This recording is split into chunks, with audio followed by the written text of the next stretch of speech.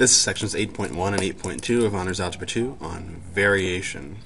So there are really two kinds of variation, and then there's a third kind that combines those first two kinds. So we're going to see all three of those here in this video. So let's get started with direct variation.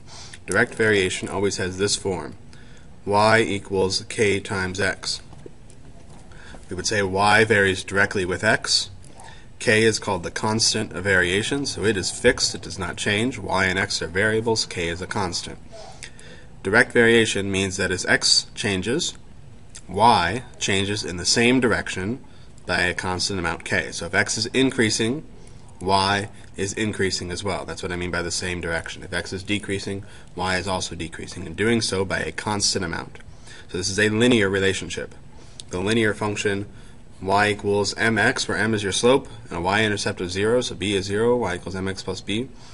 That's direct variation as long as the y-intercept is 0. So, in direct variation, y can be said to be directly proportional to x. We can form a proportion in which a y value divided by its corresponding x value equals a y value divided by its corresponding x value. So y1 over x1 equals y2 over x2. So, if, for example, y varies directly with x, and y equals 15 when x equals 24, find x when y is 25. So we have to be given a pair of values, a y value for a particular x value. I can use that then to find k and write an equation for this direct variation relationship that I will then use to find x when y is 25.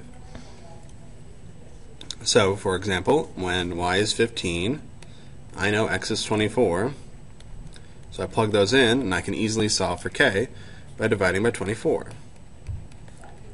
So k is 15 divided by 24. Well, how does that simplify? That'd be 5 over 8, dividing them both by 3. So this direct variation is really y equals 5/8 x.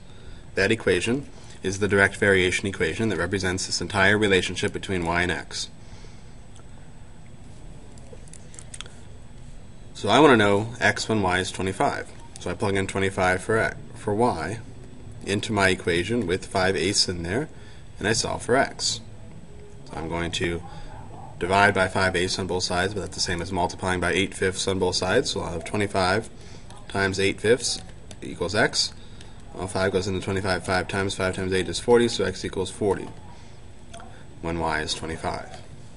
That's one way to solve this. I can also use the fact that this forms a proportion. I could use a proportion to solve it. So I could take y1, which is 15, over x1, which is 24, and set that equal to y2, which is 25, over x2, which I'll call x here, and I could solve the proportion by cross-multiplying. So 15x would equal 24 times 25. I would divide both sides by 15, and 24 times 25 divided by 15 is 40. So I would get the same answer. So with direct variation, you have two different ways that you can solve it. Number 2, a word problem. The stretch in a loaded spring varies directly as the load it supports. So we have direct variation. It varies directly. The stretch varies directly with the load, the weight that's being pulled down on the string. A load of 8 kilograms stretches a certain spring 9.6 centimeters. We've got 8 kilograms pulling down the spring, and it stretches for 9.6 centimeters. Find the constant of variation and the equation of the direct variation, and then what load would stretch the spring 6 centimeters. So if I know it's direct variation, so I know I have the relationship y equals kx. The stretch varies directly as the load. So the stretch is your y, the load is your x. Okay? So a load of 8 kilograms, that's your x, stretches 9.6 centimeters, so that's your y. And then you're going to solve for k by dividing by 8 on both sides. And 9.6 divided by 8 is 1.2. So my equation is y equals 1.2x, where y is the stretch, that's what I've indicated up here, and x is the load. You do need to indicate that so that you know then what to plug in part B. What load would stretch the spring 6 centimeters? So the stretch is 6, that's your y. I'm looking for the load, that's my x. So I divide both sides by 1.2, and 6 divided by 1.2 is 5. So x equals 5. 5 what? Well, it's the load, so it's the weight, it's kilograms, 5 kilograms. So I just found the constant of variation, used that equation, then plugged in what I knew and found x. So that was direct variation. Now we have inverse variation. Inverse variation has this form: x times y equals k. Or if you divide both sides by x, y equals k divided by x. So instead of y equals k times x, it's y equals k divided by x. That is inverse variation. K again is a constant, so as x increases, if x times y is going to be a constant, if it's going to be the same, then as x increases, y must decrease. Or as x decreases, y must increase in order for their product, x times y, to always be the same constant value k. So that's how inverse variation works. If x is going to go up, y must go down. If x is going to go down, y must go up. So it's the opposite of direct variation, where they both went in the same direction. So inverse variation, we can say y varies inversely with x, or we can say y is inversely proportional to x. So it's not directly proportional anymore, it's inversely proportional. So let's say if y is inversely proportional to x, and y equals 6 when x equals 5, find x when y equals 12. So I will set up my equation. I know xy equals k. Y is inversely proportional to x, and y equals 6 when x equals 5, so I've got 5 times 6 equals k. That means k equals 30. So I've got the equation xy equals 30. Find x when y is 12. So x times 12 equals 30. That means x equals 30 divided by 12. I can cancel a 3 out of both of those and make it 10 over 4, which would be 5 over 2. X equals 5 over 2.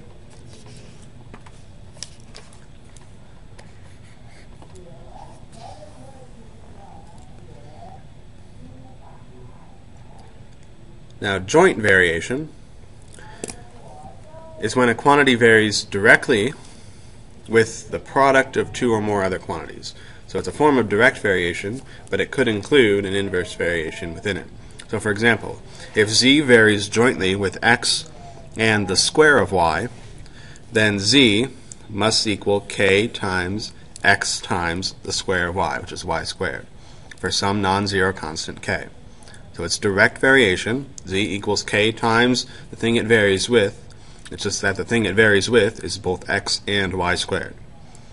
We would say z is jointly proportional to x and y squared. It's proportional to both of them together. Not both of them separately, but both of them together. So number 4, if z varies jointly as x and the square root of y, and z equals 6 when x equals 3 and y equals 16, find z when x equals 7 and y equals 4. So z varies jointly, so we've got a k, as x and the square root of y. That's my equation. I'm going to find k using those values. Z equals 6 when x equals 3 and y equals 16. So I solve for k. Square root of 16 is 4, times 3 is 12, so 6 equals 12k. Divide both sides by 12, and k equals 1/2. So I've got the equation z equals 1/2 x square root of y. Find z when x equals 7 and y equals 4. Okay, square root of 4 is 2. 2 times 1/2 is 1, times 7 is 7, so z equals 7.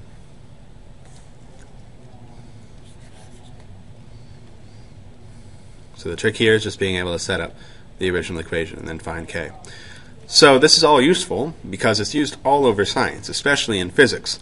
Several laws from physics, very important laws, combined joint and inverse variation. For example, Newton's law of gravitation, that F, force of gravity between two objects, m1 and m2, equals k, some constant, and we actually know what that constant is, times the product of m1 and m2, the two masses, so it could be two planets out in space, divided by r squared, which is the distance between those two objects. So this is joint variation, where it's varying directly with m1 and m2 and inversely with r squared. It's rather awesome that such a simple equation could describe the force of gravity between any two objects in the universe. Number 5. The electrical resistance of a wire varies directly as its length and inversely as the square of its diameter. So let's just stop there and let's set up an equation. The resistance, which we'll call R, so R equals resistance, varies directly as its length, we'll call L the length, and inversely as the square of its diameter, so D will be the diameter. Let's set up that equation. The resistance, R, varies directly, so equals K, and directly as its length, so K times L, and inversely as the square of its diameter. So inversely means I'm dividing by the square of the diameter, D squared. So that's my relationship. R equals KL over D squared. K is some constant, and I need to find it. So the next sentence tells me how I'm going to find that. 100 meters of wire, so that's my length, with diameter 6 millimeters, has resistance 12 ohms. So 12 for R equals K times the length of 100 divided by diameter of 6 makes 6 squared, or 36 on the bottom. Alright? So I can work this out. I've got K will be 12 times 36 divided by 100.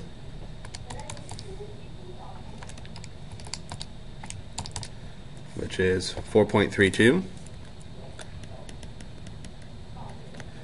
Alright, now it says 80 meters of a second wire of the same material has resistance 15 ohms. Find the diameter of the second wire. So we're going to solve for D, the diameter. So my equation again is R equals 4.32 L over D squared, because I now know what K is. I'm going to plug in the resistance of 15 and the length of 80 meters. So 4.32 times 80 all over D squared. I'm solving for D because I'm trying to find the diameter. Okay, 4.32 times 80.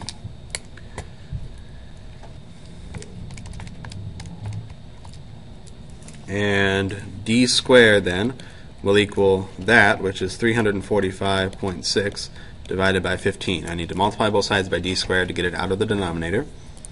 And I divide both sides by 15. So 435.6 divided by 15 is 23.04. So D squared is 23.04. D then will be the square root of 23.04, which is exactly 4.8. And the units on D, the diameter, is millimeters, 4.8 millimeters. So notice I defined my variables. I set up an equation using the information that I knew, and then I solved and answered the question.